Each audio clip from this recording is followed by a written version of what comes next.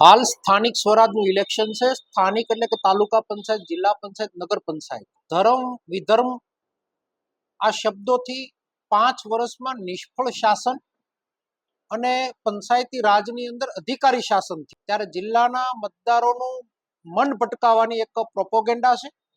આની અંદર આવ્યા વગર સ્થાનિક સ્વરાજના ઇલેક્શનમાં 5 વર્ષ સુધી સખત ભ્રષ્ટાચારો થયા, ત્યારે જાહેર જનતા એટલે કે અમરેલી જિલ્લાની જનતા સાથે ગુજરાતભરની જનતાએ સમજવાની જરૂરિયાત છે।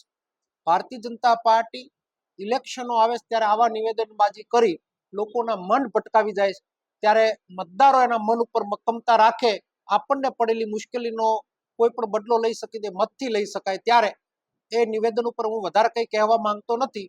એ કોને વિધર્મી કહેવા માંગે છે એ તો જે બોલનાર વ્યક્તિ છે એ જ જવાબ આપશે। મારા પાર્ટી તરફથી હું એટલું સ્પષ્ટ કહું છું કે સ્થાનિક સ્વરાજમાં આવા શબ્દોનું ઉચ્ચારણ એ લોકોના મગજ ભટકાવવાની વાત છે।